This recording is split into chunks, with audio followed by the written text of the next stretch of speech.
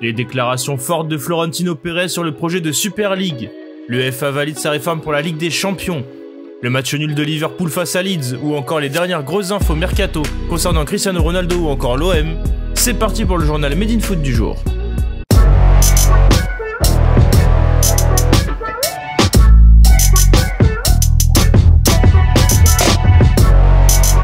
Le JT ne serait pas assez long pour reprendre toutes les déclarations de Florentino Pérez, mais on va essayer de vous résumer les meilleurs passages du président du Real Madrid et de la Super League dans l'émission El Chiringuito hier soir.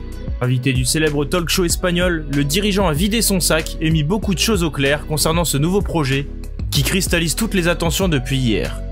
Le football doit s'adapter à son temps. Le football était en train de perdre de l'intérêt. On voit que les audiences baissent et les droits TV diminuent. Et avec la pandémie, nous sommes tous ruinés, a-t-il déclaré d'abord.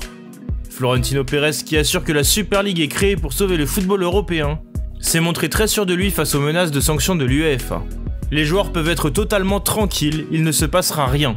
L'UEFA est un monopole et c'est ce qui a créé cette confusion. Mais le monopole est terminé. Ils n'ont à menacer personne, personne n'a rien fait de mal. Leur format, à notre avis, ne fonctionne pas. On dit que ça commence en 2024, mais en 2024 on sera mort. Certains clubs ont perdu des centaines de millions d'euros. Enfin, Florentino Pérez a assuré que le PSG n'avait pas été invité à rejoindre la Super League, comme les clubs allemands. Pour l'instant, nous n'avons pas invité le PSG, on commence avec les 12 clubs fondateurs.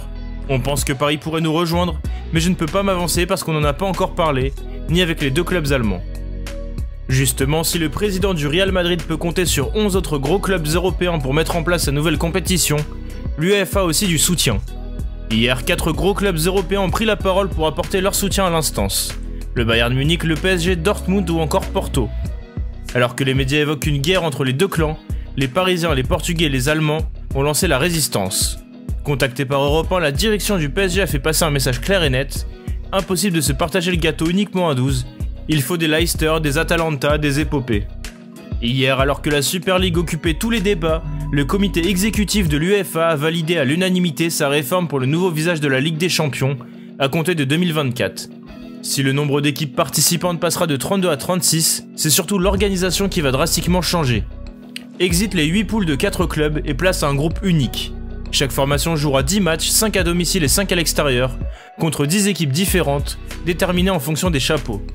À l'issue de cette première phase, un classement sera établi. Les formations ayant terminé à la 25e place et au-delà seront éliminées, tandis que les 8 premiers sont directement qualifiés pour la phase d'élimination directe, qui se jouera comme actuellement en aller-retour.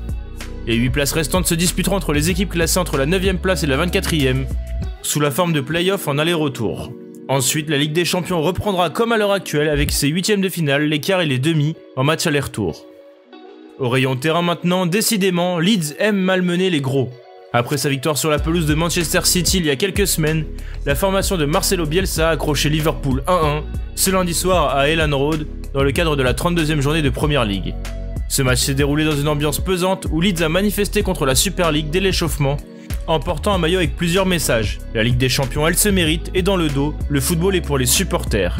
Le club promu a continué sa communication agressive sur les réseaux sociaux en changeant le nom de Liverpool sur son tweet d'après-match. Une bonne ambiance règne du côté des clubs anglais qui ne digèrent pas le coup de poignard des plus gros clubs nationaux. Après la rencontre, James Milner et Jürgen Klopp se sont exprimés en faveur de la Ligue des Champions, malgré la présence de Liverpool en Super League. Je ne peux donner que mon opinion, je ne l'aime pas et j'espère que cela n'arrivera pas. Le système actuel fonctionne bien depuis longtemps, a notamment déclaré le milieu anglais. Pour finir, on ouvre un dossier mercato. Dans le France Football de ce mardi, on apprend que le Bayern Munich n'a pas oublié Eduardo Camavinga. Le jeune prodige rennais et français de 18 ans plaît énormément à Hassan Salihamidzic, le directeur sportif bavarois, qui lui promettra un temps de jeu intéressant et des perspectives alléchantes. De son côté, Jorge Sampaoli a tranché pour les joueurs prêtés à l'OM. Le technicien argentin souhaite conserver Paul Lirola et Leonardo Balerdi, 2 joueurs prêtés par la Fiorentina et le Borussia Dortmund à l'OM. Pour les conserver, Marseille va négocier les options d'achat avec les clubs ou négocier directement un nouveau prêt. En revanche, Michael Cuisance et Olivier Hencham, cédés le temps d'une saison par le Bayern Munich et le Celtic Glasgow, retourneront dans leurs clubs respectifs. Au rayon des joueurs en fin de contrat, Sampaoli espère aussi conserver Jordan Amavi et surtout Florian Thauvin. Enfin, Florentino Pérez a balayé d'un revers la possibilité d'un retour de Cristiano Ronaldo au Real Madrid. Non, il ne reviendra pas, parce qu'il a un contrat avec la Juventus, mais pour moi ça n'a pas de sens de revenir, je l'aime beaucoup, il nous a beaucoup donné. Merci à tous de nous avoir suivis, n'hésitez pas à liker, commenter, partager cette vidéo et à bientôt pour un nouveau JT.